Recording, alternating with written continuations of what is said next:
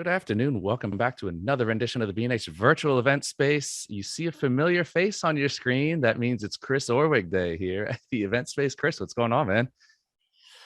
Not too much. Super excited to get a chance to hang out and chat as always. I think the biggest win for me is just getting to chat and hang out with you. So it's good to be here.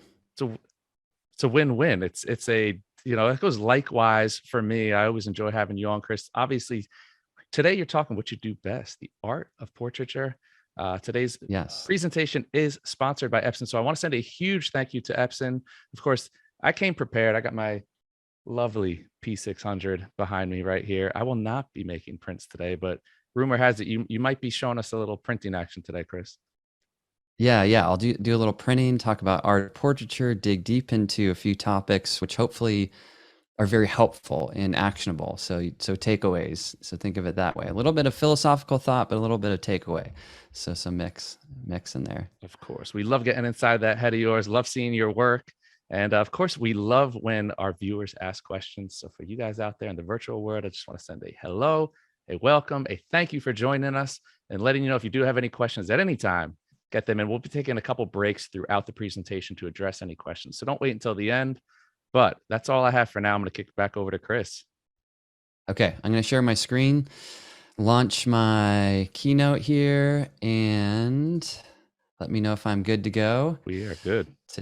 Okay, great. As mentioned, thanks to Epson, also thanks to B&H. It's so cool that we get to do this, and love everything B&H, and a long fan and friend, and glad to be part of the community. A little bit about me, just quick little mini intro. I'm a Sony artisan of imagery. I'm an author and teacher, and those really are my things that I love to do in photography. Of course, my most recent book's called Authentic Portraits.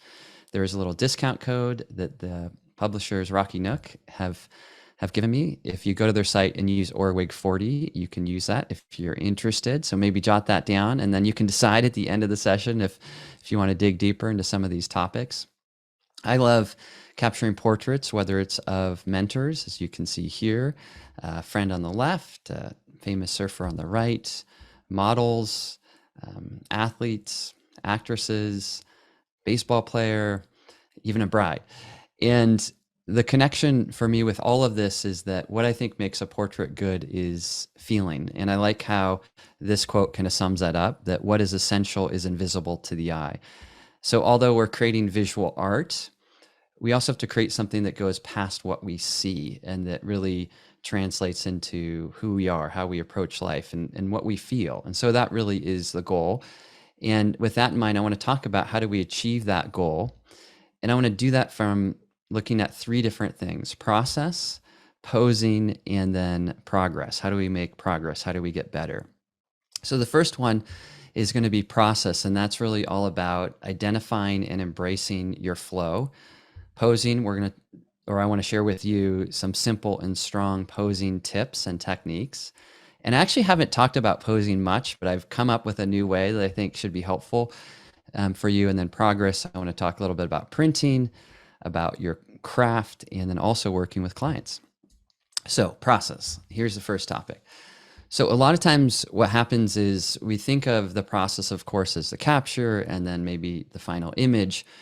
But as we dig deeper, we all know that the process is more involved. And often it starts with a moment like this, in where I'm going, or I know where I can go. I know that I have, in this case, a Sony a7C with a little 50 millimeter lens on it. So I have this little small camera. I'm thinking about the lens, and all of a sudden in my mind, I'm thinking about, well, okay, is this kind of a wide angle lens, which is really hungry? It takes in a lot of the scene. Is it telephoto? It has that compression, kind of this heavenly view. No, it's 50, it's honest. Okay, so I have a 50 lens. I have this little camera. I have it on silent shutter. I'm just walking in this parking lot with this person. There's this moment. I'm starting to think about, okay, 50 millimeter. How can I shoot? Well, I could shoot. These are all images captured with 50, maybe more full length, maybe something environmental, maybe more up close. And then I'm starting to think about this angle of view, how our focal lengths really show us these different slices of the world. And so if you put on, let's say, a 200 millimeter focal length lens, that's going to be like that red little graphic there. You see a small little slice of the world. When you put on a 60 millimeter lens, you're going to see this huge slice. So I'm more in that blue range. I'm seeing this smaller slice. So then I have to start thinking about camera height and proximity to the subject. So if it's full length, maybe I'm waist high, or if it's 3/4, maybe I'm shoulder, or maybe if it's a close up kind of a headshot, then I'm going to have my camera maybe eye level, or maybe even a little bit above. And then I'm thinking about photographs that I've shot with a 50 that have that same quality, right? These are that, okay, so now here I'm at eye level on the right, maybe a little bit above on the left. This one's kind of that, just straight eye to eye view. I'm also, I should say, thinking about posing. Here the pose is the shoulders are angled. Here the shoulders are straight on. So all this is going through my mind. I'm thinking about the light. So I'm in this parking lot. I'm in open shade. And open shade is one of my favorite kinds of light. And I have this building that's bouncing light back into it. And so what maybe looked kind of dull to your first view, if you look a little closer, and we'll do that here in a second, you'll see what I mean. So I'm thinking about my light. I'm thinking about my vision. What kind of photograph do I want to capture? And all this is a split second, right? But I'm getting into process, teasing this out a little bit, speeding it up a little bit, then we'll slow it down too. But then I'm thinking about my vision. Do I want beautiful, calm, deep, narrative, quiet, timeless, essence? What do I want? I want quiet, and I want something that is this beautiful, and I want something that feels real. So that's what my vision is. And I'm thinking, okay, here I have this model. I don't want to photograph her as a model, or I don't want to photograph anyone as a type. I don't want to typecast them. I want to photograph them as a person, a complex human with a soul, with a heart, with a mind, with past, with pain, with joy. I want to create feeling, right? So it's more than a model in the parking lot. It's something more. So I go back to this moment, and there's process. And the first thing I notice is white on white. White wall in the background, white turtleneck, amazing. I'm thinking about the camera, the lens, the angle of view. I'm thinking about what I need to do. And what I really need to do is get a little closer, overexpose a little bit, bring her chin up a little bit, bring my camera height up. Can you see I'm a little bit higher in that? And then connect with her with what my vision is. I had her close her eyes, take a breath, think about a couple of things, and look back at the camera. And then I capture the photograph. And then we keep walking through the parking lot. And all of this happens in this little split second. But if you can start to understand your own process, you can start to create great images. We walk out of that parking lot. I say, hey, what if you sit on this little wall? Because I thought the texture was cool. First shot's bad. But I don't ever say to myself, Chris, bad job. I say process. Okay, cool. I just need to arrange myself. I need to think about my lens. I needed to lower my camera height, straighten out my lines, get a little better pose, and then capture the picture. And this is true with whoever I'm photographing. In this case, a surfer, he's just being a goofball. I'm embracing the process, and I'm going somewhere. This is one of my mentors. She founded lynda.com, if you remember that training site. And here she is. I love this light. Again, open shade, but she kind of has this pursed lips. I don't really like the orange wall in the background, but I have a vision for what I can do, have her turn her shoulders, kind of has this keen sparkle in her eyes, focus on that near eye, and I can get the shot. Different process. An actress, it's conversational, a little bit more connected, and then boom, go in for the moment.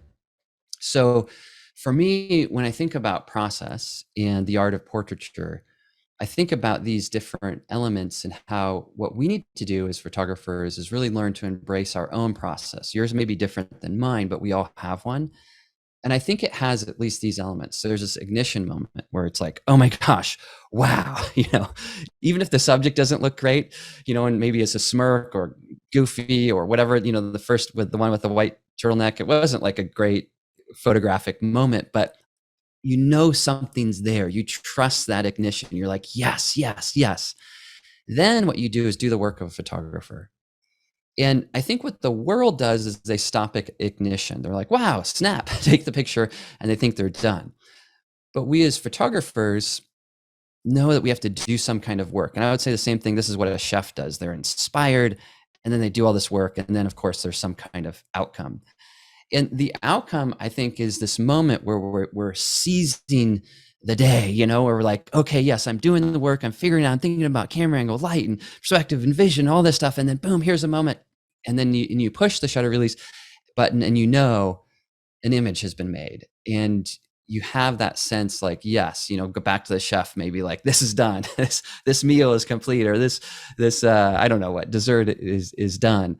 And so the sense of process and identifying that can be a great way to step up your game as a photographer. And that's really how we go from that starting point to something better. Now, the point with this too isn't that it's always heroic. I mean, sometimes, and I imagine this happens in every creative endeavor, you know, the painter, she paints something and goes through her process and honors the process, and the end result is horrible. That happens a lot, of course, but you still have to honor the process.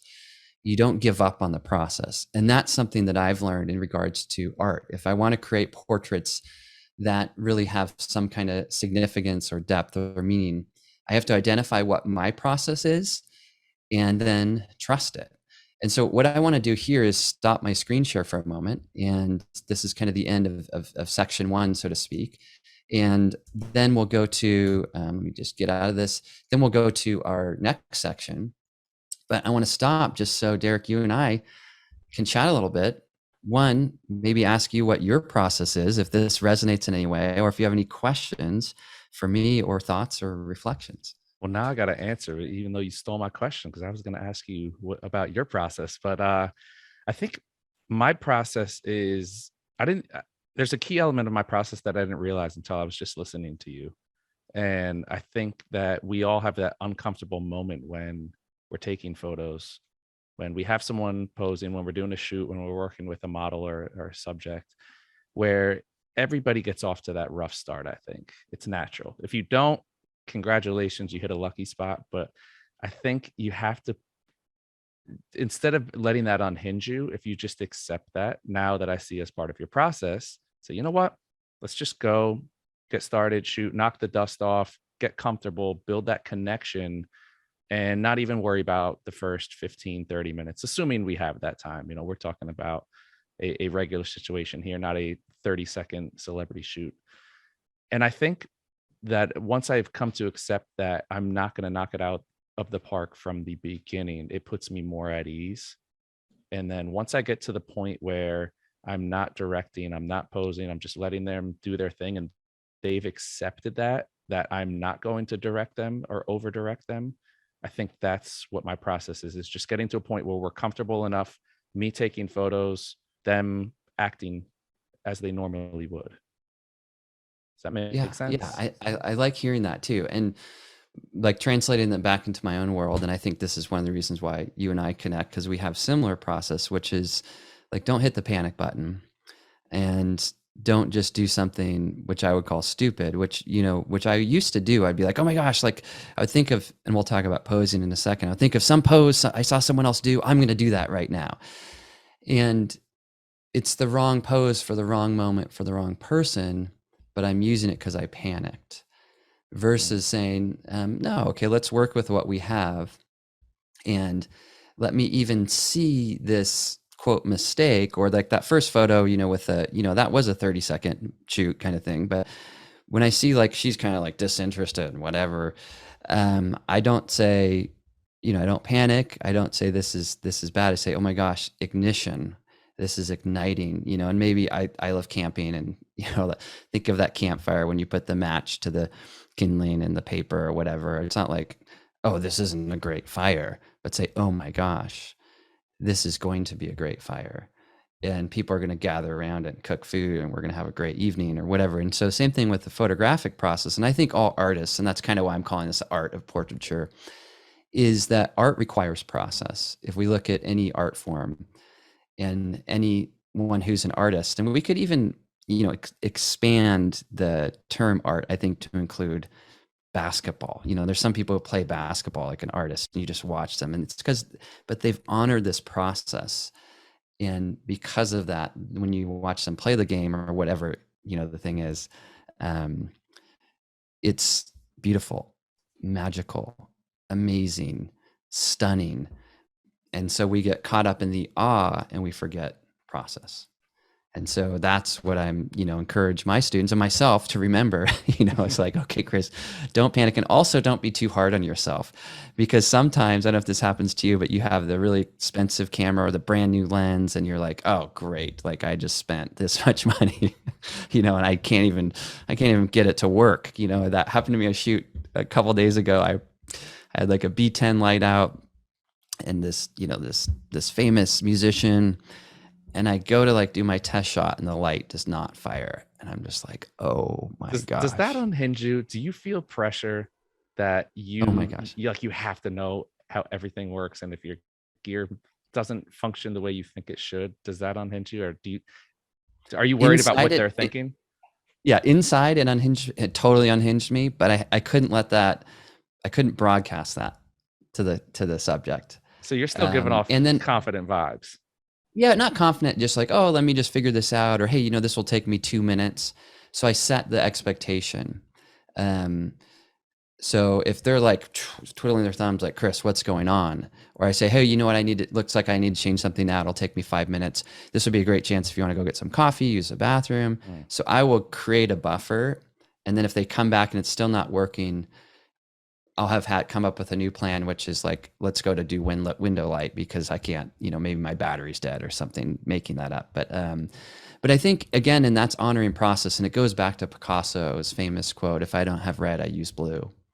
And I think that's really the brilliance of most artists, is that, and creativity for that matter, is that, okay, something, plan A didn't work, plan B, plan C, plan D, plan E, F, whatever it is. And it doesn't mean you're not fighting, but it also doesn't mean you give up, because there is a fight to figure out, like, oh my gosh, let me figure out this light to get it all going. And what I've learned is to just trust the process. And, in one of our earlier talks and presentations, I had been photographing these astronauts, and they actually launched the end of this month. And I'm going to go to Florida and see the launch. So it's going to be kind of neat to see people I know, fly up in a rocket. But I've talked with them about process, and astronauts really have to trust process. So when things go wrong, and they have a sequence of 10 steps, they never skip step one, which step one might be like unfold the manual, and they do have paper manuals, they have digital manuals. Even though it's like a silly step, they just trust their process. And that's helped me think, okay, you know what? I can trust the process. I maybe can't trust myself right now, but I can trust this process. And so it takes a little weight off the shoulders, if that makes sense. So to trust the process, you have to have the process. You have to, and that's that step I was saying, you have to identify your own process. So if you're listening, to our listeners out there, is just trying kind of saying like, well, what is my process? Chris sort of did his, and he did this little, and all happens within a second. Lens, focal length, angle of view, camera height, light, what kind of light, building, reflected. And the reflected building was really important because if you look in the first image, the catch light was really high in her eye. So I needed to just tilt her chin up, and that chin up made the catch light lower, and it made the sparkle. So once I looked behind me, saw that all those things happen. Anyway, write down your process, and your process might be very different. I know I have some friends whose process is build a set in a studio for an hour, test, test, test, test, test. And then by the time the subject comes in, they're ready and they take the picture. So their process is preparation leading up to that moment. It may be the music, it may be the food, it may be where the lights are, it may be have the assistant do the sitting in the seat for them. But anyway, just identifying like, hey, this process helps me be successful more than this other process, or it could be as simple as, things I didn't talk about. I always have fresh batteries. I always have fresh cards. I always have lens cleaned before I see a subject. Because once I meet a subject, I can easily forget those things. So there's stuff I have to do beforehand too. And I didn't like map that out, but there's that. Also, camera's always out for me. It's never in a bag. If I'm going to photograph someone, I never have it hidden. So I never want to reveal the camera, because I've seen too often I pull the camera out and they're like, like, what's this for? Or, they get nervous. Tension or interest, like, oh, what camera is that? How many megapixels? And I don't want them to go there. I want to stay kind of connected, human. So anyway, process. All right. I have more slides. Should we keep going? Or do you have another thought, question? No, let's jump back in. Okay, let's keep jumping. And second topic is posing. And okay, now in this slide, you can see that catch light, it's much better in the eye. You can see more carved out chin. The hair I left as is. I like that kind of blocking the eye and all that kind of stuff. All right. So I want to share 4 posing concepts. And one of them is having the subject be anchored or find an anchor point. Next one's eye to eye. Third one is angled. Then the fourth one is knee tuck. Now I have about 15 of these, but I don't want to do all 15 because sometimes I feel like it's just throwing 15 things at someone isn't worth it. But I find mastering or learning a few things is really worth it. So the first one is this idea of an anchor point or having someone anchored. Here's the same subject, just walk down the street. She put a jacket on at this point. And the anchor point in this shot is her lean against the wall. And too often what I see my subjects do is they have their subjects stand there and their subject's like, I don't know where to put my hands, what to do, or how what's happening here. And so the same thing happens in public speaking. If someone's on a stage, you give them a clicker. That's an anchor point. You give them a podium. That's a really big anchor or anchor point that gives us more comfort. So if you're new to posing, rather than thinking about some fancy pose, ask yourself, okay, here's a situation, person just standing in front of a colorful wall. This is in New York. Say, okay, well, lean against the wall. And what do I do with my hand? Well, what if you just hook it in your pocket? What do I do with my feet? What if you kind of kick it over? And so her toe's an anchor point, her right hand in her pocket's an anchor point, and her shoulder against the wall is an anchor point. So she's anchored. It gives her something, okay, this is something that I can do. Here's another one. This is a funny shot. Cool car, cool moment, cool guy. He's just sort of like, what am I supposed to do? And that's great. You say, hey, what if you go lean up against the car? And then all of a sudden it's a great moment. And that is an anchor point. And so what you're getting at here, hopefully, is you're listening, you're thinking, okay, Chris isn't telling me like how to bend arms, move head and shoulders, and we can do all that. But it's more a concept of just finding the anchor point. Again, another car example, two guys, cool car. Hey, what should we do? Just stand by the car, And it's like, no, okay, here, let me arrange myself a little bit. But then, hey, yeah, what if you throw your elbow on the car and then look off to the side, and that gives that sense of like, I can do that. That's easy. This one, okay, he was driving away. Like, what if you put a hand on the, he had a hand on the steering wheel, but you can still, he's not quite anchored enough. So I was like, what if you really lean into it? And then I changed my orientation and I got closer. And then the image in the right is clearer because I use dehaze and Lightroom, so you can kind of see through the windshield a little bit. And dehaze works great with windshields. Who knew, right? But he's anchored there. You can see he's relaxed now. He's not kind of like, I'm driving away, standing by the wall. I like this one. She's twirling her hair like, okay, Chris. She's kind of almost a little bit mad, like you got to help me out here, and then it's like, yeah, lean against the wall. And what if, in this case, what if you tilt your head a smidge? And all of a sudden we have this warm little moment. Here's more wall leans. The person on the right does not like being photographed at all and says she's completely unphotogenic, the one in the overalls.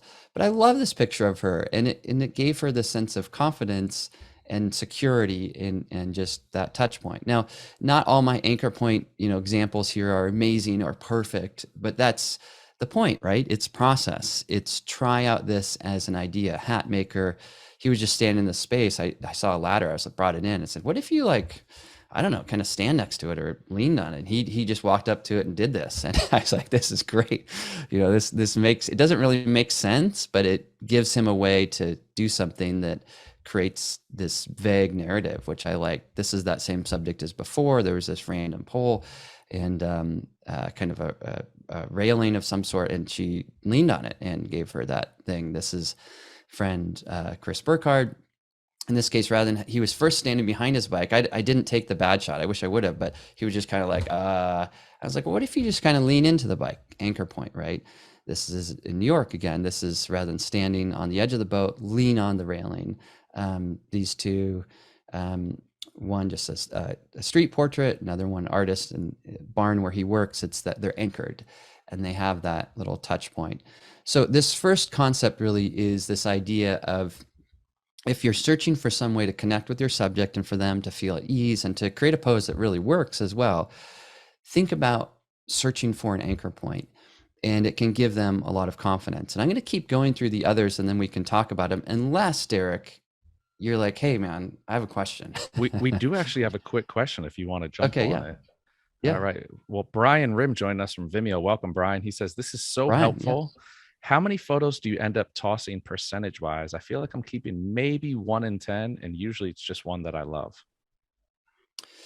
Yeah, that's a great question. So um, I let me go back to my own thing. Trust your own process. So earlier in my career, my ratio of good photographs to bad was not very high. So you're 1 in 10. I would be like, oh my gosh, I was like 1 in 100, but now I do find, I just did a client shoot recently, and actually, and it was a full day shoot. I shot 2,000 images, a lot of images, and I ended up giving over 1,000. So I was like, wow, that's pretty good statistics for myself, knowing that I have process and I'm trusting it. But then I'll do other shoots where it's like maybe the turtleneck shot. I think it was I took 3 photographs, the bad one and then two good ones or something. And so the whole point of that is it doesn't matter. But get familiar with how you're doing. So how do I put that? Let's say I'm just going to go with surfing because I love the sport of surfing. If I haven't surfed in 5 years, I'm going to go out and not catch a lot of waves. I'm going to be fumbly. They might say like, well, how many waves do you paddle for and do you actually catch? And if I'm out of shape and out of the rhythm of the ocean and all that, I'm not going to catch very many. So I'm going to like paddle for 10 and catch 1.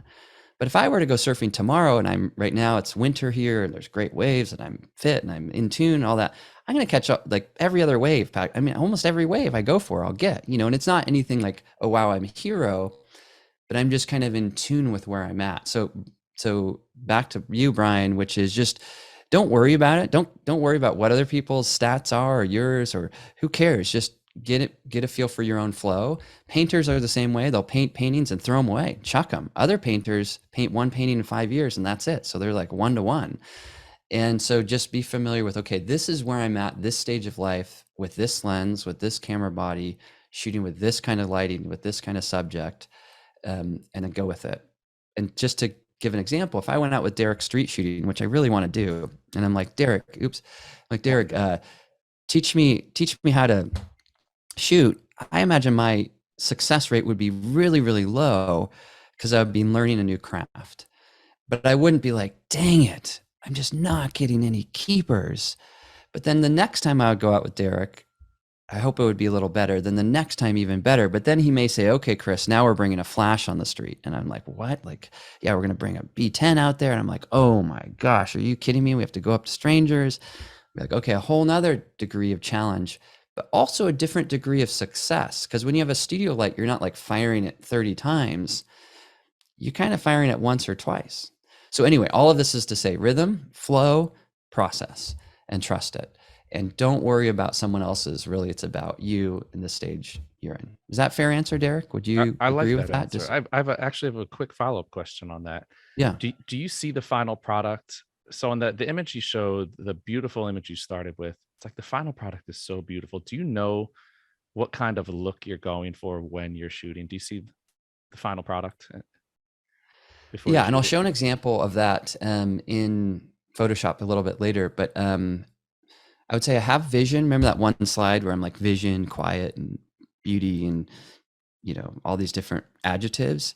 So I have something I'm aspiring for, but I really never know if I've gotten it. So I've come to embrace that as well. I'm nervous every time I shoot, and I'm uncertain every time I've finished. Everyone says, "Did you get the shot?"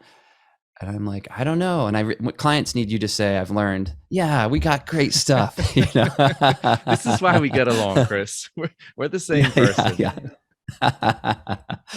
So I never know at all. And it's the times when I think I know, I'm just totally wrong. But that's where, again, why I wanted to start this one off with the process is I just trust it rather than obsessing like maybe I didn't get it. Maybe her chin wasn't up enough. Maybe I should have tilted. Maybe I should have done the angle thing. Maybe I should have done the full length body. So there is an intuitive like I'm doing this, I'm hoping for this. And that's what makes photography so fun. Surprise. And I think if I got to a point where I was like, hey man, here's a cool thing, bam, nailed it, boom, done. It would be kind of dull to me.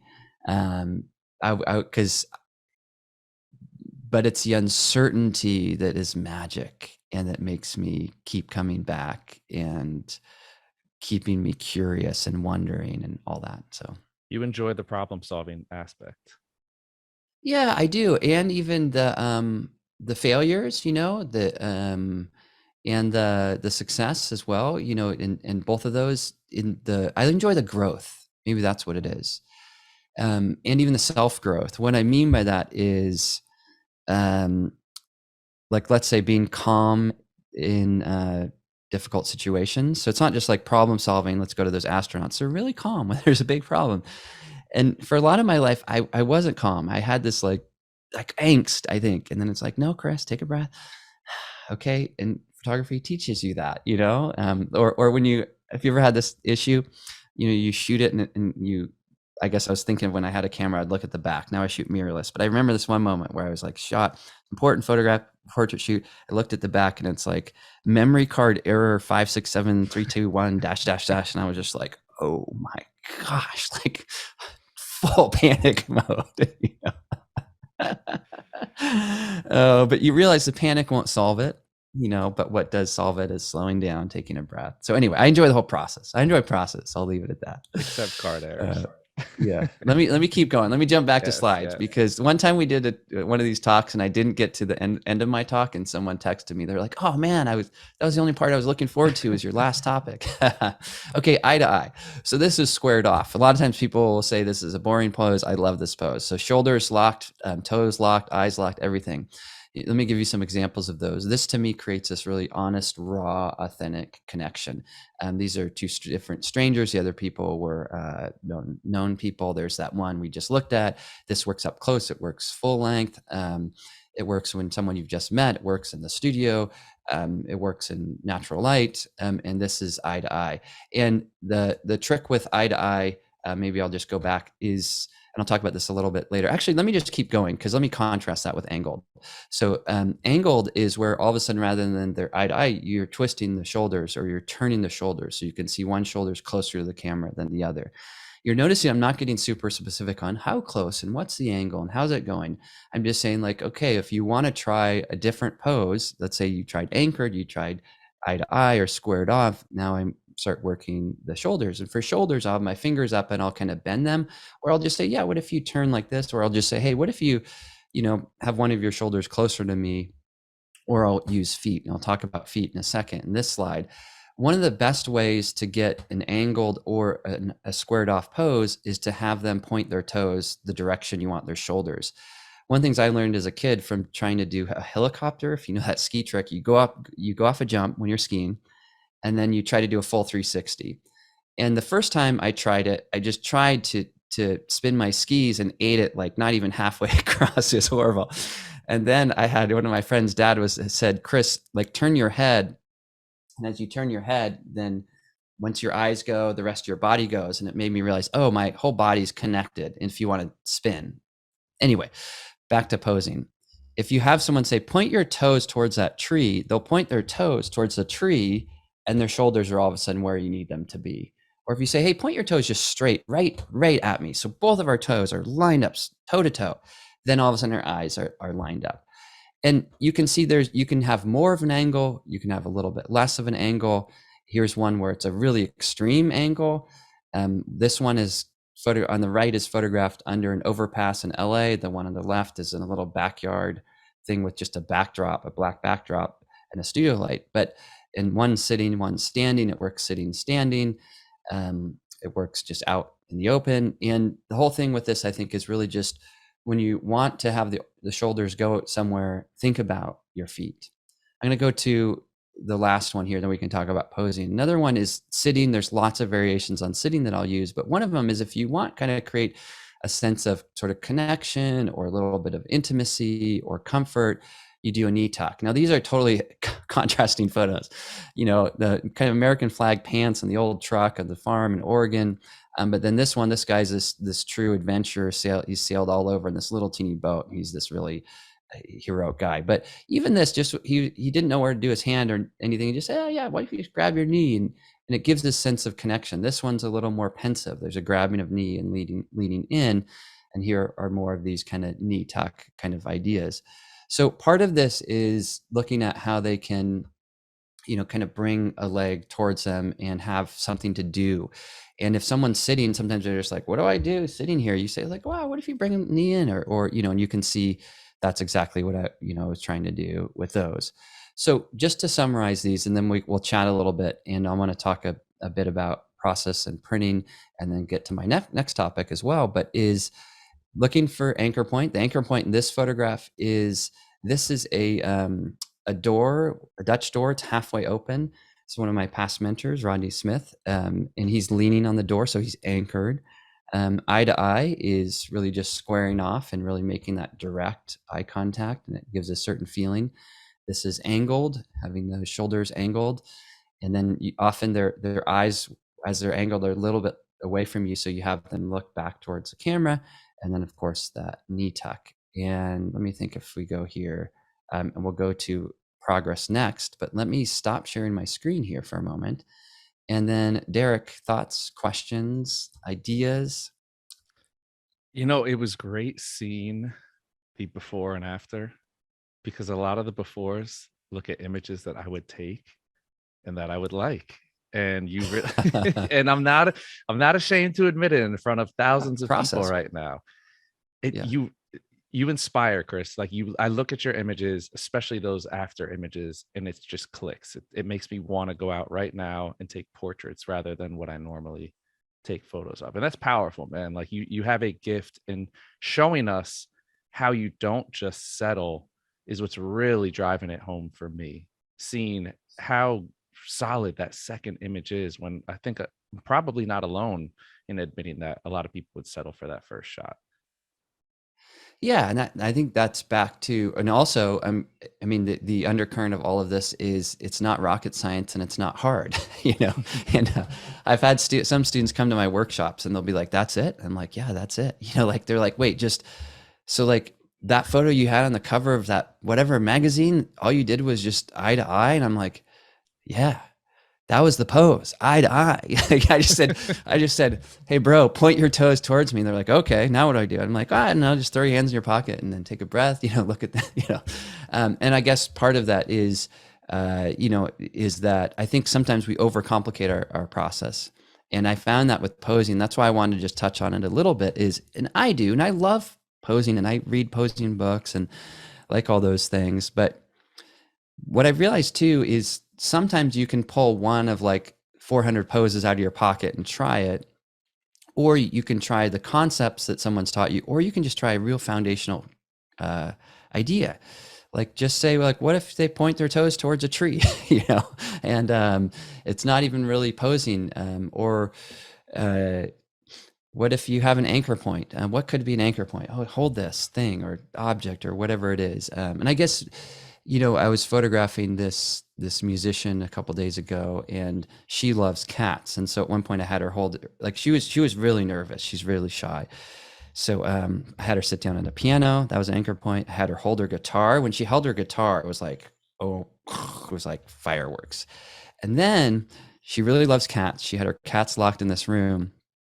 And I was like, well, what if we get a picture with your cat? She was like, really? I'm like, yeah. She had her cat and it was like her favorite thing in the world. And so that anchor point, literally, there's people have do cat therapy. We have this place in our town called cat therapy. You go there and you play with kittens and it makes you feel better. But for her, you could tell that anchor point really did change how she felt.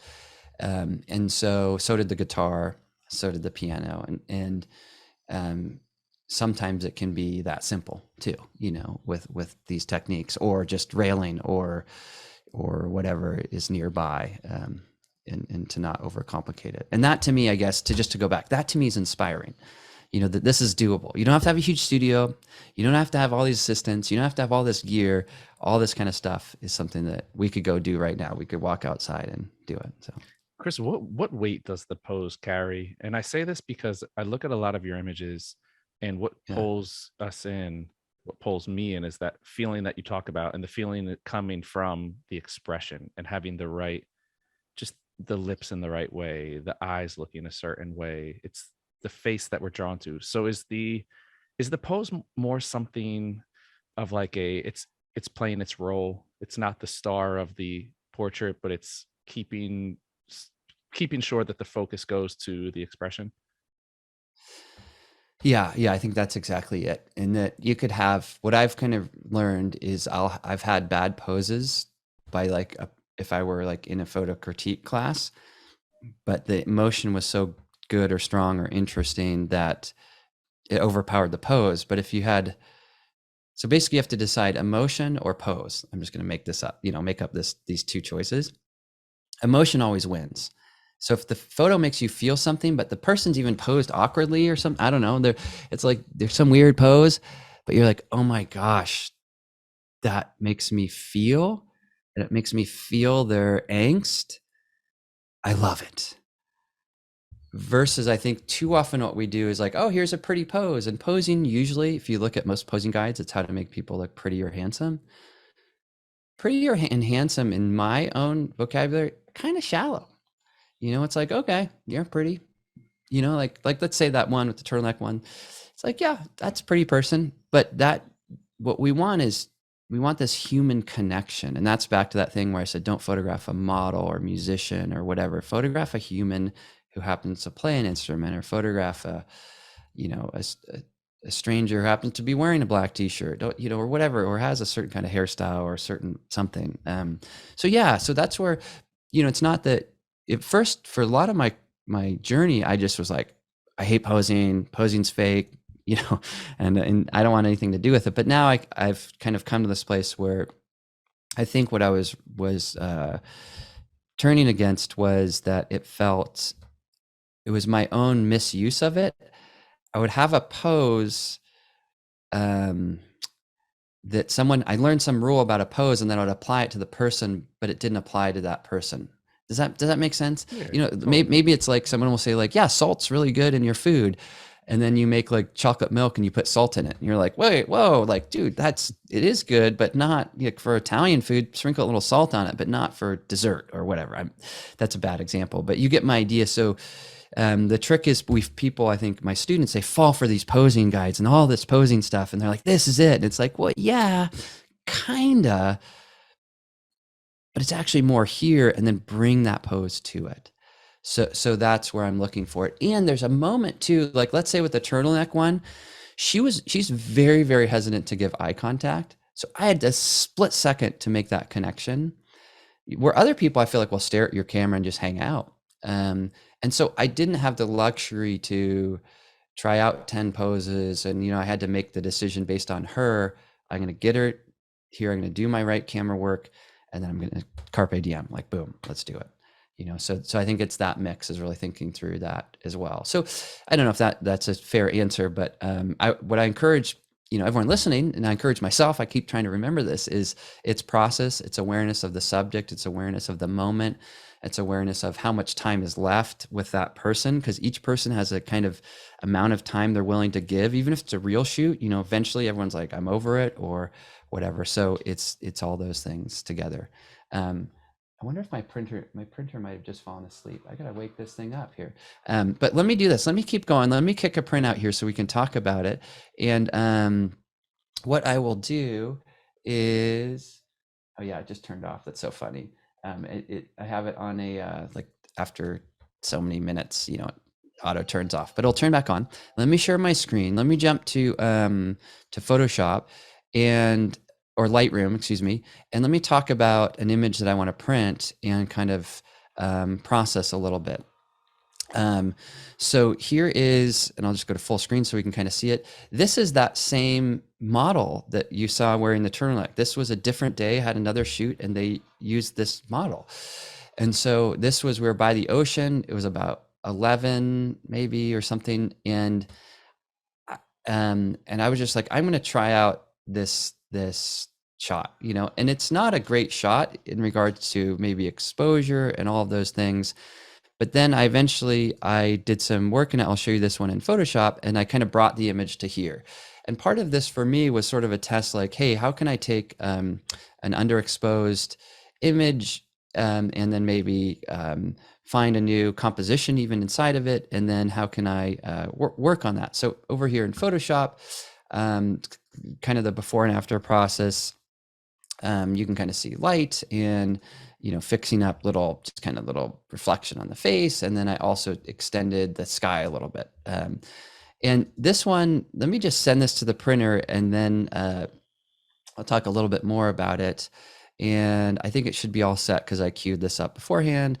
But and I'm printing to Epson P900, which is my all-time favorite printer ever. And I've been printing with Epson printers for, I don't know, 15 years, but this is kind of the answer to all of my problems. And I have a tutorial video on that if anyone's interested. So the reason why I want to kick out a print is later, once this print comes out, I want to talk a little bit about why we print, what is the value of a print, and some discoveries that can be made there, and then a variation of this image as well I want to show you. So I'm going to go ahead and jump back to my Keynote deck, and basically we're just kind of queuing that up so that's in play. We're going to come back to that. Let's go to progress. How do we make progress? Which printing is tied into that as well. How do we go from kind of this to that? How do we capture better photographs? How do we improve our craft? And let me just see if I can, and really just get better with what we're doing. And one of the things that we know as photographers is that we need to build better feedback loops. Back in the day, maybe when someone would go to photography school, they would have this constant weekly feedback loop.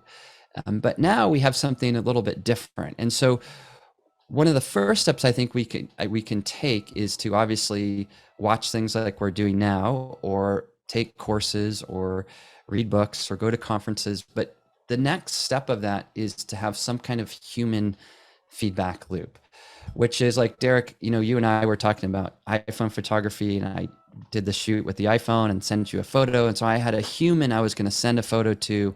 You then gave me thoughts back on that. That's much more valuable to me than to posting that to Instagram and getting likes or high fives, as I like to think of them. And so finding a mentor can be a way to do that. I know there's lots of photographers that offer mentoring. I do, tons of others. Or friend can be a great mentor. And having that extra feedback loop is one of the ways you refine your craft, you develop your art, because there's only so far you can take yourself. And I know this because I've only been able to get so far in my own career. That's why, or craft, I should say. That's why I like hanging out with Derek, because he furthers me along, and so do other mentors. Now, mentor doesn't always have to be official mentor, but it's something important. The next thing to do, I think, is to think about feedback loop in regards to where do your images live. And I have over there camera or phone, because whatever you take, it doesn't matter anymore. We could have 30 cameras on the left, but they're all going different places. They can go to an iPad, which is a different viewing experience than the phone, which is different than a computer screen, a desktop computer, different than a print, different than a portfolio, or different than fresh off the printer. The fresh off the printer, which is happening now, is, and I can barely see the print, is so crazy exciting. I mean, at least to me, I'll have an image, and as it starts to come out, I'm like, oh my gosh, oh my gosh, oh my gosh. In this particular printer, it will say, let me just peek at it real quick. It will say I have 5 minutes left. And so sometimes I'm like, okay, 5 minutes, here it comes. But the reason why all of this is important is it's different feedback loop mechanisms. And these are all really valuable. And I'm guessing those of us who are watching and part of this conversation probably only see our images the majority of the time on a digital screen. We probably haven't recently built a portfolio. Now you may say like, okay, Chris, well, I don't need to build a portfolio. Everyone looks at my work digitally. Yeah, well, maybe build it for yourself. Put 10 of your images together, build it, print it, or just print an image out, tack it up on a wall and live with it. And when you do that, you see things very differently. And let me go to this next slide, which is kind of, at least for me, what my experience has been. When I share things in social media, it's quick feedback, it's instant. Like I shared an image this morning announcing this little thing. I get, likes or no likes or whatever. Instant feedback, high fives, hearts, boom, boom, boom. This is great. So that's nice. We all need that. But if we want to really develop our craft, we need what I call slow feedback. If I were to pull out a print and say, hey, Derek, what do you think of this print? He would say, oh man, he would slow down. He would think about it. He would look at the edges. He would look at the light. He would give me some feedback on it, on something that he's noticing there. And this would help me really develop my art and my craft. It would help me see things that I couldn't have otherwise really seen. And let me just jump. I think that's my end slide there. Yeah, let me stop my screen share here and go back to talking.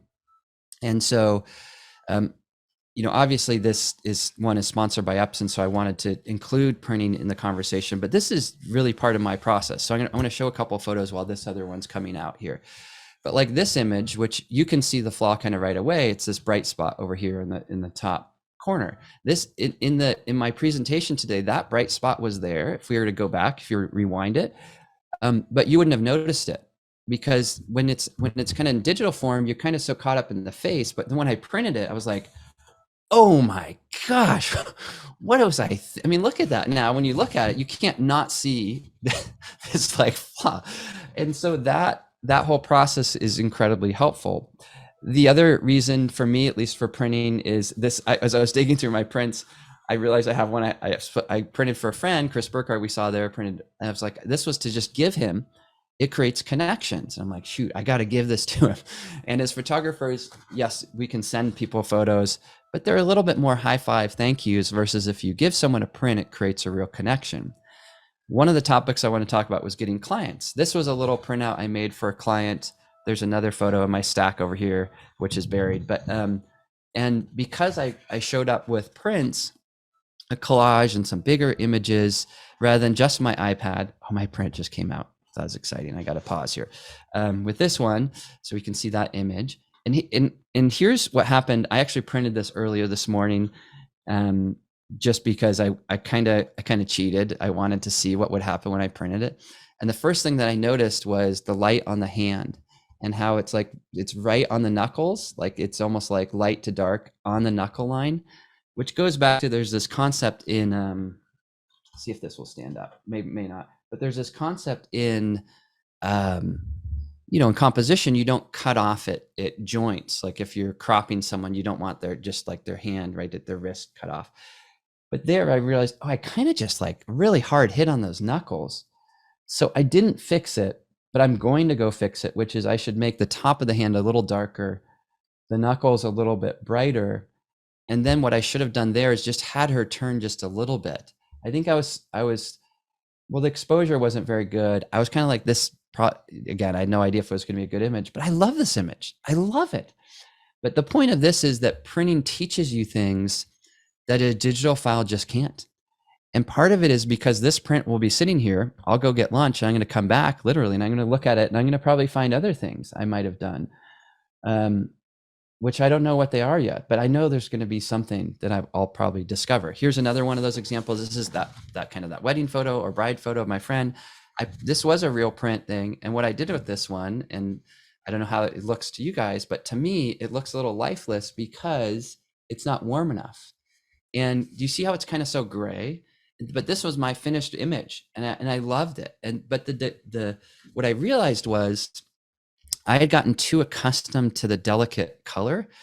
And what happens there's some fancy term for it, but when you put on ski goggles that are blue, the snow looks blue for like 5 seconds and then it looks white.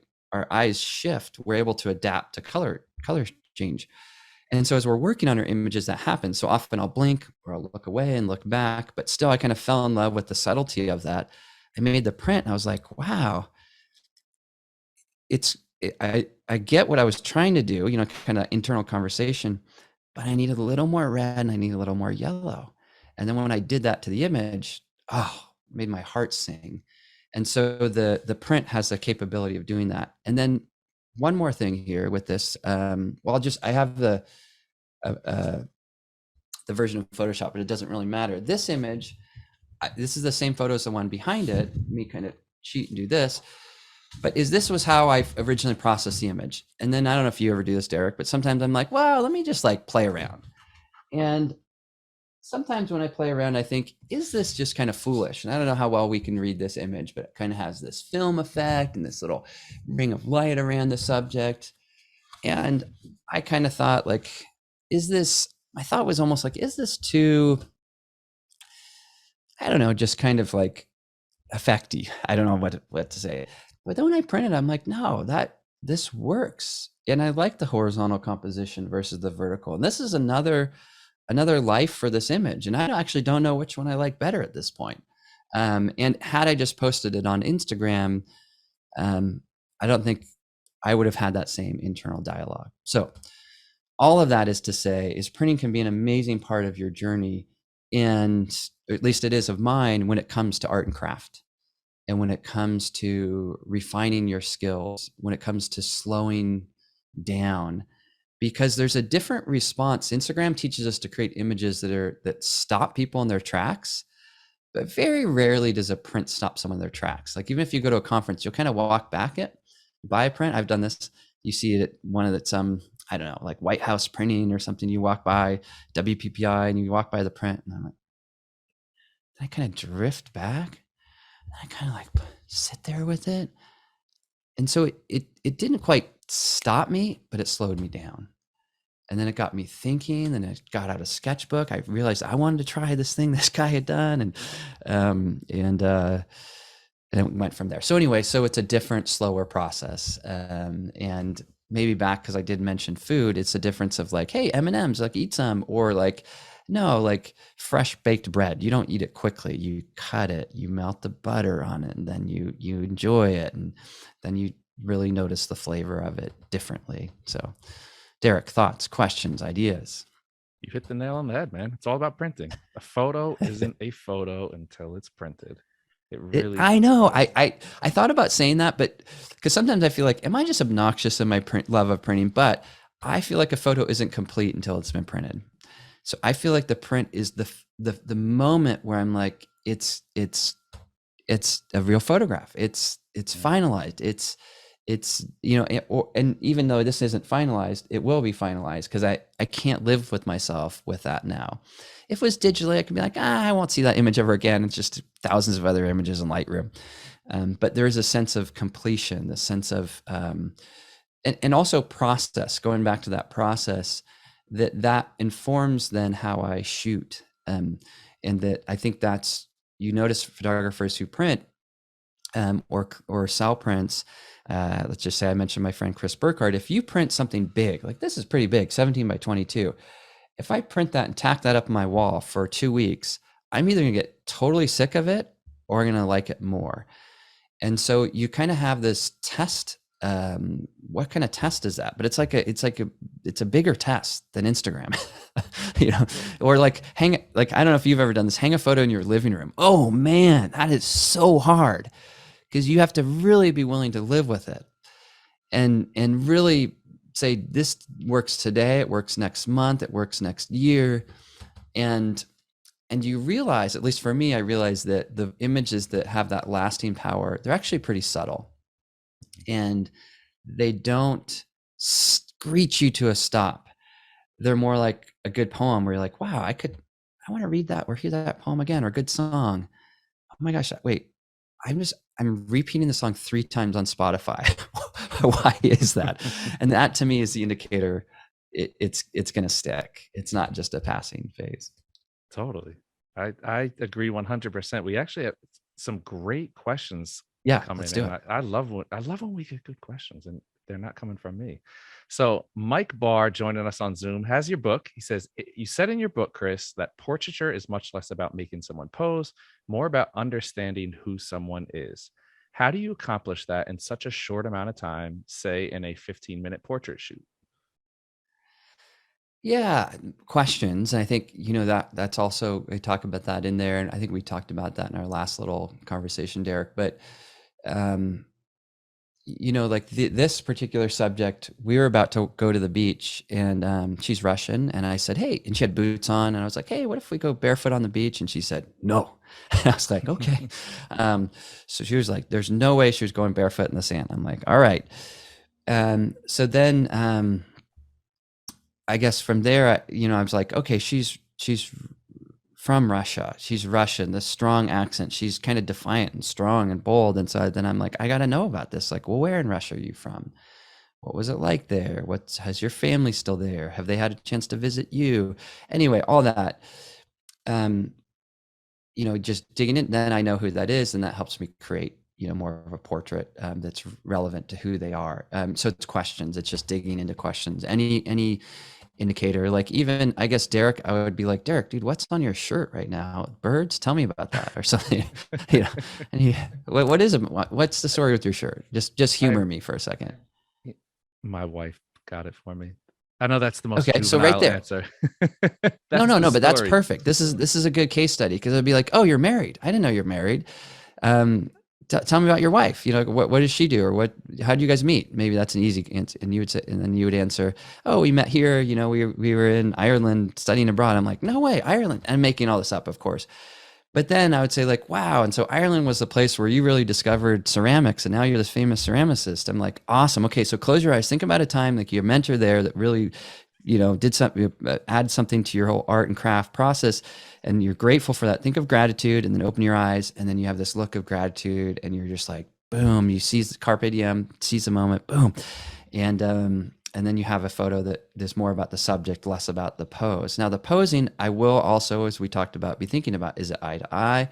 Probably that moment I would have you eye to eye because I would want that like soulful connection of like maybe you dig up clay from the cliffs of Ireland and make ceramic pots. Again, I'm making up some false narrative here, but you get how an easy question with even an easy answer can lead to story. And the most interesting thing I think is not how people look, it's their story. People watching is really cool, but getting to know the story behind the look is even better. So Definitely. Now, Rain is asking about a shot list. Do you usually have a shot list that you need to deliver? yeah, so I think of kind of conceptually, meaning like from a narrative perspective, um, thinking about, do I need an establishing scene shot? I just had a friend, he was showing me a photo, like he did an up close portrait in, I don't know, some Mexico or something. And it just had a colorful wall behind a person. And my thought was, oh, I fall into that trap as well, where I'm like, wow, just show the colorful wall up close, but I need to step back. I tend to get too close in my portraiture. And so my mental message is, Chris, step back, show the whole scene, show the medium shot, show the up close shot. So I have a shot list in regards to narrative. Depending on the story I'm trying to tell. Think of the musician that I photographed. She's in her 70s. It was at her home. She's a pianist, a guitarist, a singer songwriter. So I did some photos just on backdrops that are more kind of poetic, dramatic. I also did a few lifestyle things, and then I knew I needed to do something with instruments for multiple reasons. So sort of it depends on the story and the time. If it was, let's say it was some magazine was writing an article, they said, hey, we just need a lead image for this, then I would just do a lead image. But I think the question, which is amazing, is come up with your own process. Some people shot lists stifle their creativity because they're so worried about checking off the boxes. I'm more like so scattered when I shoot. Having a list actually helps. There are times where I put a little list in my pocket and I'll pull it out mid shoot and be like, okay, did I get that one? So I think know your own process, and try out different versions of that. The times where I have tried out, like if I have a complex shoot or if I'm really, really nervous about the shoot, let's say I'm photographing someone really, really, really famous, I'll have notes for myself. Even my notes, I'll have on the top of it, I have these little like 3x5 cards. I'll be like, Chris, take a breath. And I'll see that. I'm like, okay, take a breath. And it'll be like, double check your batteries in your cards. I'm like, okay, I'll do that. Because at least for me, I get caught up in the moment. And I do not want to, I've learned from mistake of like, have the button on my lens to manual focus rather than autofocus. And I get the photo back and the eyes aren't sharp. And I just think, really, I made that mistake. And I made it pulling it out of my bag because I was excited and nervous. And so anyway, I would say, know your own process and then trust it, and then, you may get to a point where an old process needs to be relinquished and let go. I'm sure we all experience that where one method of shooting worked for 10 years and then you're in a new way of shooting. So Totally. I'm gonna pass off a piece of unsolicited advice yeah. here. It's a tip I got from a friend of mine. Shout out to Reggie Ballesteros out there. He takes a picture he writes down his shot list, takes a picture of it, and it helps keep him in the zone. So when he's shooting, he doesn't have to pull his phone out. He just Oh, I puts his love it. eye up to his viewfinder, subject's unaware, the couple's unaware that he's looking at a shot list. He's looking through the shots, and he just, so I tried it once because I'm like, I gotta see, like, I don't shoot weddings or Yeah. anything, so I don't, need it. But I Yeah. jotted down some notes, just stuff that, hey, I want this kind of shot. I want this kind of shot. I want to go for something like Yeah. this. Worked like a charm. It was great. Oh It, my it gosh. kept I me, love it that. I love kept me connected to the camera. It didn't, I feel, because I think sometimes I put pressure on myself where if I'm looking through notes or whatever, it, number one, it Yeah, pulls me away from that that's true. connection, that That's vibe. true. And it kept Yeah. me totally in tune. I'm flicking through shots. I go right to the end, got my notes there. Boom, boom, boom, scroll back. All right, we're good. I'm Yes. on. Yes. So I I love figured I that. would I share love that that. little bit of wisdom there. It's a tip that I picked up, No, and I I was like, like this works that. I great. like that. I like that. I imagine, anything too that what I call those little things, anchor points. Anything that keeps you anchored in a good way, I think, because what I hear you saying is like you're shooting, you hit that list, and you're like, okay, yeah, and then you still are in that flow, and that's back to that posing idea of anchoring. It's not like I'm like, hey, hold on to this water bottle and clutch it, for dear life, but it's like, even a water bottle, actually, surprisingly, I've subjects, oh, you thirsty, grab a water bottle, they hand it, they drink it, and all of a sudden they're like relaxed, right? So these little kind of touch points, anchor points, whatever, anything that can help us. And then, of course, though, when they become something that isn't helping us, being willing to not be dependent on it, even, like, let's say every time you shoot, you have to have a shot list. And this goes back to maybe Michael Phelps winning gold medal in swimming. His coach made him race with his goggles full of water once, so that if ever that happened, he could do that, So we're just not so rigid in our process, so I think but I love that tip. I'll try that. I'm going to try that. I would Yeah. probably add there like my shot list, and then I would add a like message, like some kind of positive affirmation to myself. Because I don't know about you, sometimes I think, who am I to do this? Can I really pull this off? Or, and whenever I have big things, like once I gave a talk at Google, which was a big deal for me, and I called my brother-in-law. He's my wingman in this, and I'm like, I'm about to do this. And he knew why I was calling. He's like, Orwig, you got this. You were made for this. He just gave me this pep talk. I was like, thank you. And so I feel like I need those pep talks when shoots are different. Even, going back to this musician in her 70s, that's really hard. I'm not actually don't have a lot of experience of photographing women in their 70s. And I was really nervous. And so I had to pep talk. I was talking to my wife about it. And she's like, Chris, you got this. And here's why you got this. And, and think about, these things. And I was like, okay, great. So I guess the whole point of that is it's like art. I think the artists who are human and in touch with their humanity bring out humanity in their craft. So any way we can cultivate that, it's a win. Totally. Yeah. Brian has a comment we're going to throw in here before we get the next question in. Brian says it is Yeah. insane how comfortable all these subjects look. That is something I always struggle with.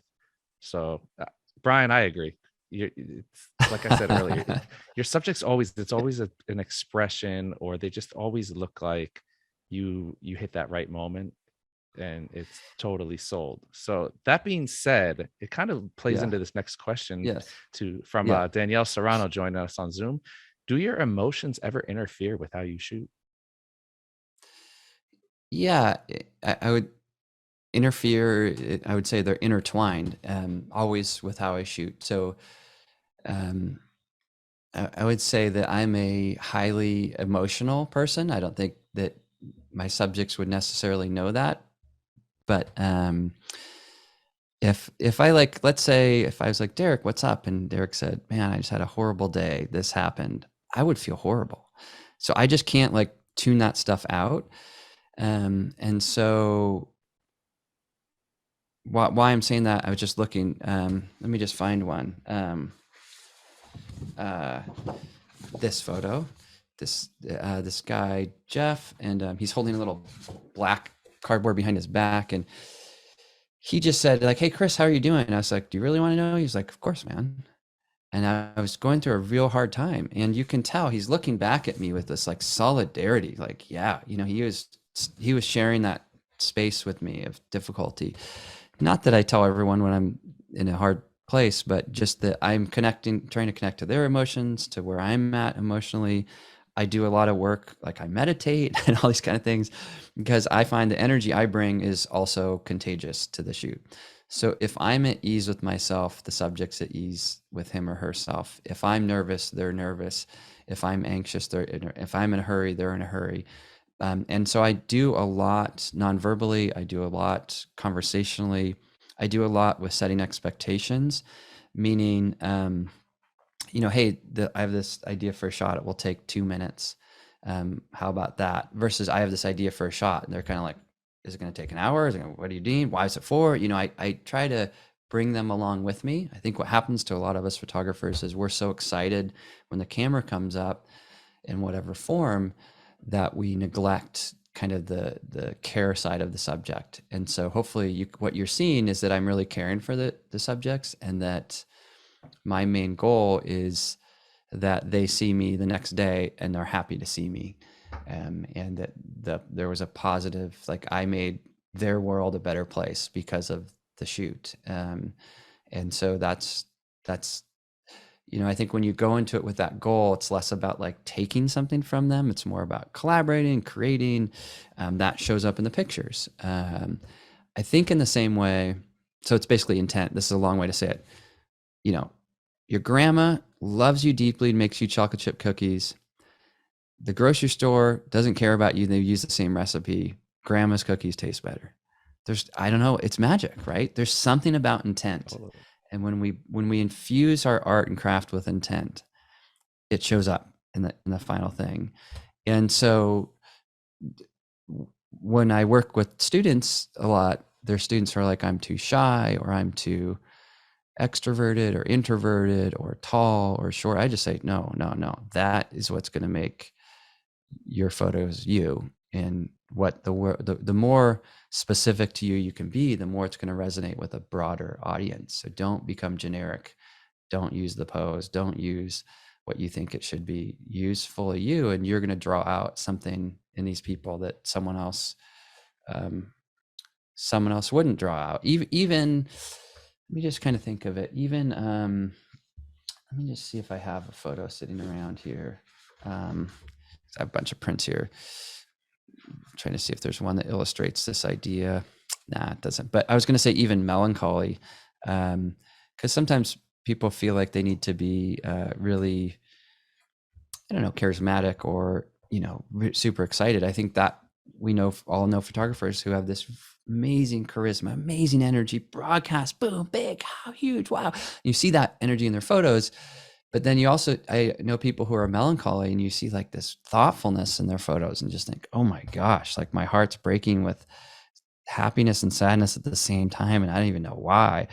And we know songwriters and filmmakers and who do that as well. But the whole point of it is, yes, of course, but I wouldn't use the word interfere. I would use the word intertwines. And the more you can intertwine that in the mix, the better.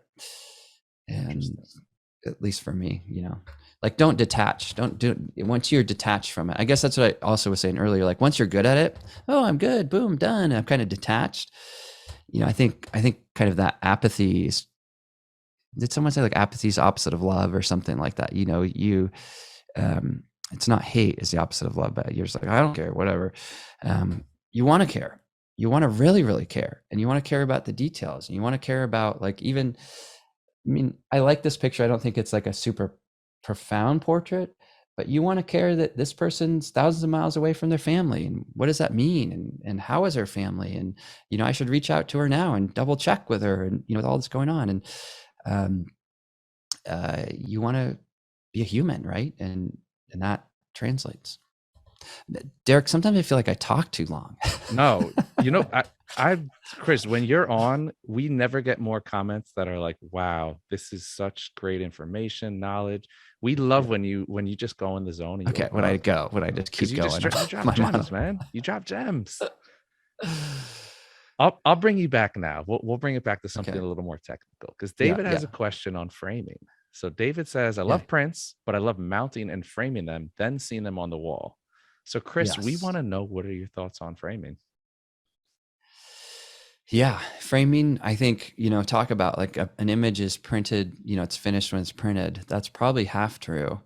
When you commit to a frame, and I have one friend, Joe Curran, who does custom framing. When I send him an image and he mills the wood and he prints it, seals the back up, signs his name on it, then it's like next level, because you're like, this is never coming out of this frame. It's not like you just bought the cheap frame and slapped it in there.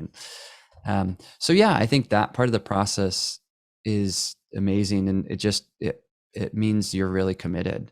So I think it was David who was saying that. I think those photographers who are willing to go through the agony and cost and intent of printing become better photographers, because it's necessitates you do. I mean, I guess it's like, I don't know why I'm thinking about sports. It's like the skier that skis on the green slopes, is they just kind of shoot and share on Instagram, but the skiers that like maybe do prints, and maybe it's even a big print, maybe it's even a custom frame, they're like the black diamond skiers. So it requires a mindfulness and an enjoyment that's powerful, which makes me think I haven't framed anything recently. So it's sort of, I appreciate you bringing that up.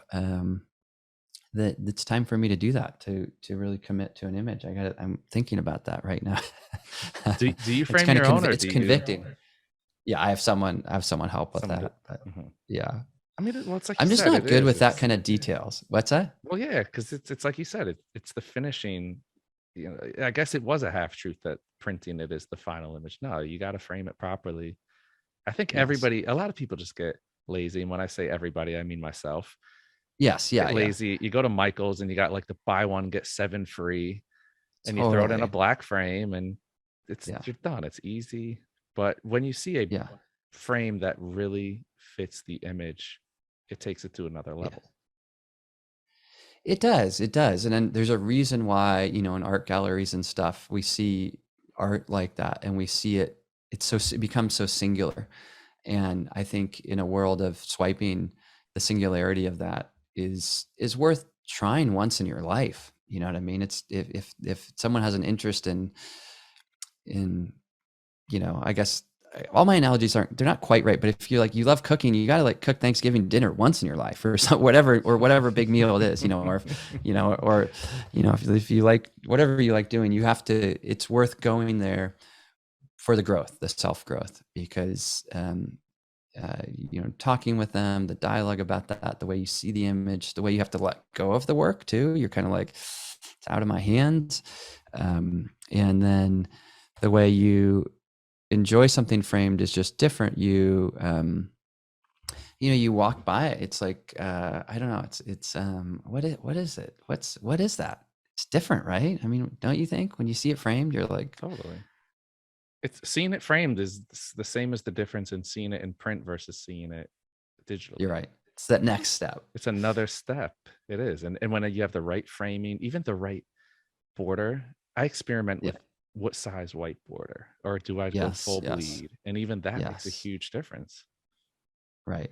It's art, man. It It's like is. It's that. art, and it awakens the artist within. And I was thinking back as you're talking about this. There's times where I framed an image and then I disliked it, and I actually I think I gave it away at a thrift shop, with this nice frame and everything. But I was so just put off by my failure that I was like, get this out of here. I was like, I was so bummed and sad. But I think what comes back to me is one of my students years ago said to me, I think photography hurts so much because we love it so much. And I think that having a little bit of pain in the process is probably a good thing. It's probably good that happened, and it makes you think different about why didn't I like that image? And I felt like I just, I didn't take that extra step probably, and I didn't, or I don't remember what it was about it, but I think it just felt shallow and trite. For me, that's like when an image is bad, when it's shallow. I was like, that's like shallow, gimmicky. It was exciting the moment, but then when I really saw the frame thing, I was like, just did I really do that? Maybe it's like, remember when you're new to Photoshop and you try something, some effect, and you're like, wow, that's so cool, and then you go back and you're like, oh my gosh, that was so embarrassing. I was wondering, I keep waiting to see it because you're diving into the mobile editing, and I keep waiting to see Yes, it yes, pop up. And it's funny. now that you bring that whole thing up, is it's like I took a screen grab video of my editing process to show you how I do my thing. And I'm like, because Yes. we were talking about it. Yes. I Yeah. was like, We're let me going take a back and screen forth with grab that. and show Yeah. Chris what my process is. And I do it. And the video's like, I sped it up and it was still like 3-4 minutes long. And I'm like, Yeah. I literally just changed the contrast. And I'm like, he's gonna be like, what is this? So then I'm like, all right, maybe he means like he wants to go in and really like change the game and do some wild stuff in these, like mobily. Yeah. So I'm like, I Yeah. keep waiting to see what pops up, and I'm like I just want to see what Chris is he gonna go off? Is he gonna get trendy? Is he gonna start throwing out face tunes and all this wild stuff? So Yeah. Yeah. Yeah. you Yeah. have us Well, I waiting to tried see. that. I tried that. I tried the Facetune thing, and I'm embarrassed by it. I should see if I have it here. where because this is the honest hour, right? Let me see if I can find it on my phone. But either way, but yeah, but I am a little tentative to figure out when do I get that out into the world. But I think that all ties in this conversation. The printing, all this kind of thing is experimenting. All artists have to go through all this crazy stuff, and like even these apps, like I'm trying out these different ways of processing images, or I think like, and then give me your honest opinion, Derek, too. Does this work for you? Thumbs up or thumbs down? It does. And you can say no too. No, it does. You know what I like better about this iteration than the other? I like the warmth. Okay. I think the warmth totally fits. Versus And which I love this one too. I think it's funny. I think I like the grading of the other one. I like the filmic look. Yeah. And I actually like, and which is odd for me because I usually like landscape orientation. I like the portrait orientation in that. I do. Yeah. I think it brings that's what I'm trying to figure the out. focus more. I don't know. I like her filling the frame. Yeah. Here's the problem with this one. I'll tell you the problem. The hat is so dang close to the top of the edge. So it creates this, I mean, the film is all this vibey, cool vibe, film kind of nice look. But this one, I think the wind, so this is where the print is revealing this to me. Look at, there's enough space up there. That fits. Right there. Do you know what I mean? It makes it, because I think when you get things too close to the edges, you either have to like fully cut it off and commit to it. But that one, you're just kind of like, almost like there's this weight on the head, like what's going on there? That's a great point. It's like there's no steadfast rule of like, when do you do the old Hollywood crop and cut the top of the head off, or when do you leave a space? I think I feel like in the horizontally framed one, I feel that. I feel like claustrophobic in a sense. And then you have the space. It's a little claustrophobic. Yeah. And then you have the space on the left and right. And you're like, but I want that space up here and not on the left and the right. And then in this one, it's like she fills the frame. Yeah. And you don't have as much open space, but at the same time, it's I guess it's like square peg, square hole versus putting a square peg in a rectangular hole. And you're like, okay, it fits, but what do I do with this space on the left and the right? Yeah. Yeah. Yeah. And that, I think all this kind of stuff, which, I mean, those of us listening, hopefully they're still listening. Maybe they left us because they're like, these guys are crazy. But is that the prints are gonna continue to inform my conversation because I committed to them, and this kind of paper and ink is just so beautiful that you kind of fall in love with it, and then you decide, and also this one, my big question is like the border. We probably can't see it here, but there's this little kind of like fake kind of film border thing, which digitally it looks pretty cool. But then I was like, on the print, I have a white border with then another border. Is it two like border, but then there's like, do you go sloppy border? I don't know. Sloppy borders, they just kind of are like too sloppy. And it's a fine line between looking natural and sometimes it's like you said, like that over processed, or you want to give the look where it just looks nice, and you don't want people to think too much about. You're not trying too hard. Yeah. Yeah. Yes. Totally. Yeah. It's back to that old adage, I think, of if someone says you're good at Photoshop, you failed. And they should always look at your photos and just say they feel something, or interesting or whatever. Totally. So totally. Well, I do want to remind everyone, because I know Chris is always gracious and staying. Once Chris and I get going, it's like forget about it. You Yeah.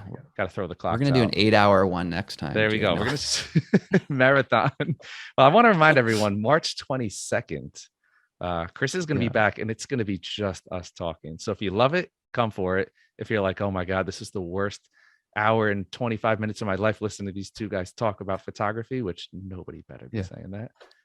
Don't show up. No. 3 p.m. Eastern time on March 22nd. We're going to have Chris back. We're talking about venturing outside your comfort zone.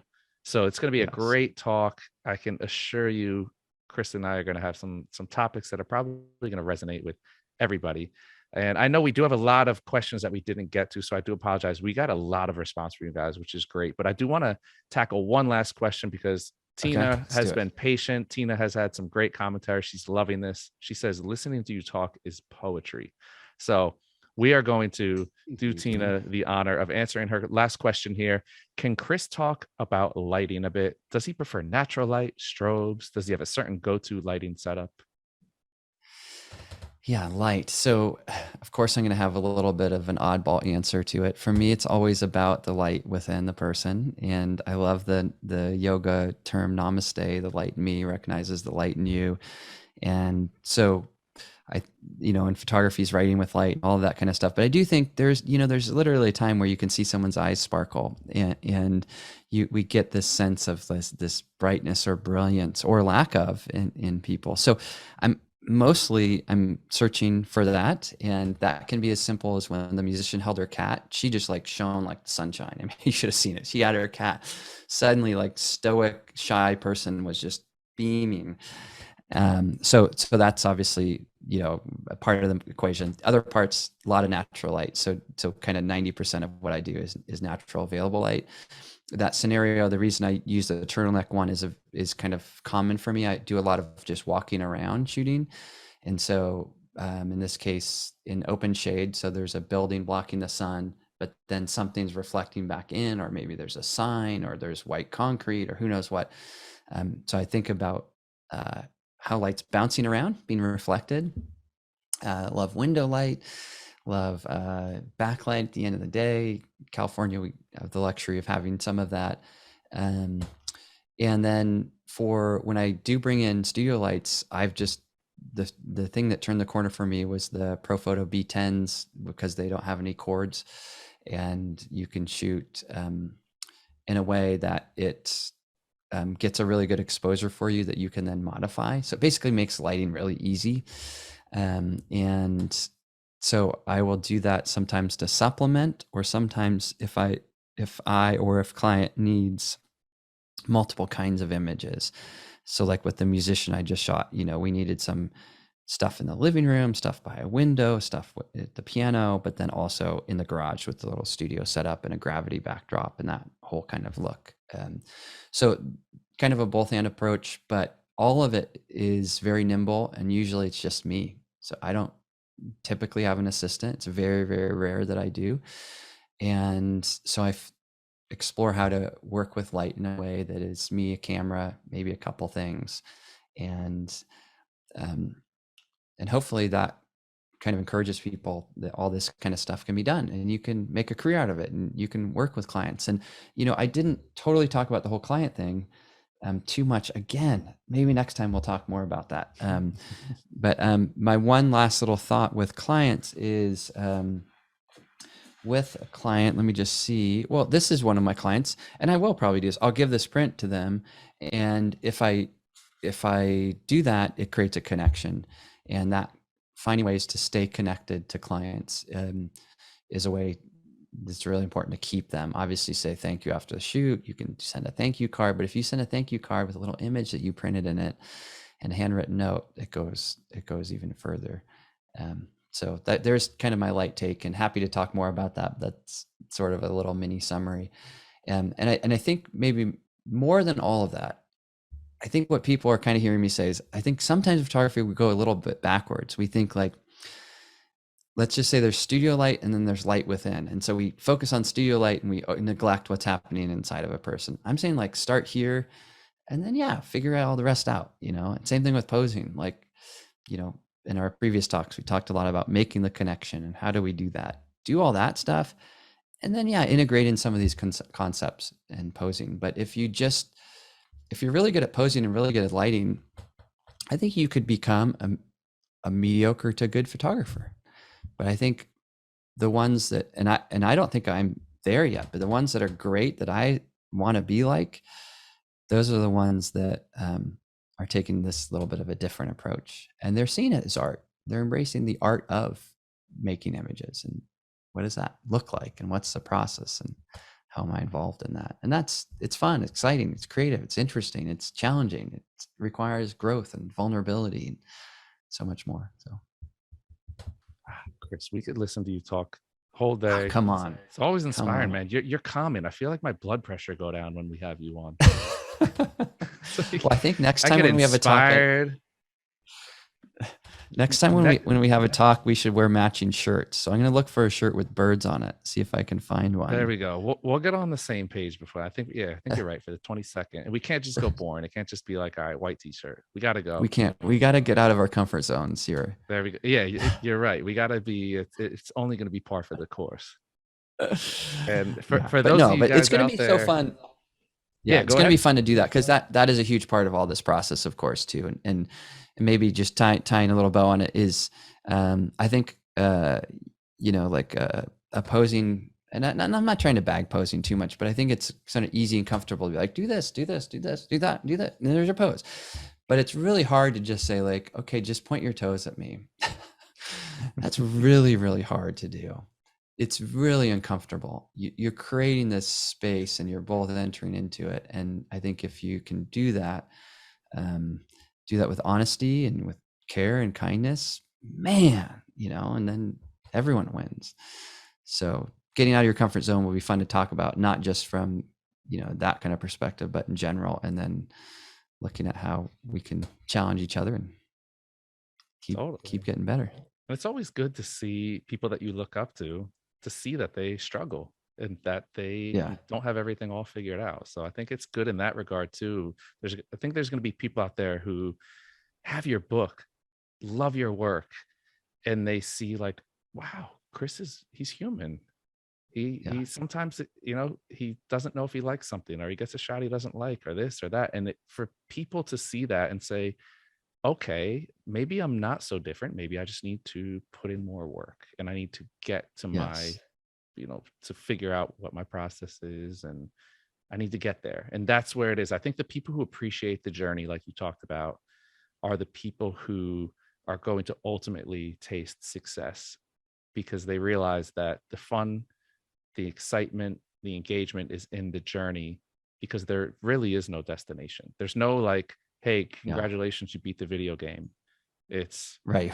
It or every ends. shot you take is good, right? Yeah. Your ratio of good to bad. That was a good question earlier. Yeah, it doesn't end. And also, there's moments which, like right now, I was just journaling about it yesterday, that I feel absolutely uninspired. I'm uninspired by other people's work. Worse, I'm totally uninspired by my own work. And I know when that happens, I have to go there versus ignore it. I think it's equivalent of like the runner with the sprained ankle. You have to be like, okay, let's deal with this thing. You can't just be like, I'm just going to keep running and power through it or whatever. And I mean, this is inspiring. It's re-inspiring to talk to you, I think, because it's just fun and all that. But just that process of, it's, well, anyway, this will maybe just queue up for next time, but it's one thing to be uninspired. You're like, hey, I'm kind of in a lull. It's one thing to kind of be tired of your work because it's your own work, and you're like, okay, yeah, I've seen it a lot and I'm over it a little bit. But then the next level of that is to be uninspired by your work. Like, one of the things I've felt is, I think this is fair to say, I mean, we're only 3 months in maybe, but I have not made a good photo in 2022. I was going through my photos and I haven't posted on Instagram for a while because I'm like, I don't have anything to share. I haven't created anything good. And it's not being like, oh, I'm just being high standards. Like, no, I really haven't. And then I'm like, okay, I got to figure that out. That's not a good thing. And so I realized I'm going to fire one of my clients. maybe we'll talk about that later. And um, but I'm going to make some changes to shift course. But anyway, it's part of all of the journey, right? I mean, it's all part of it. Yeah. I'm going to give you a challenge, some homework before the 22nd. Okay. Create a Because good I want to photograph. see you come back reinvigorated. I want a good photo. And what I want you to do is, you know, one thing that always helps me get out when I'm in the funk. So I was a basketball player.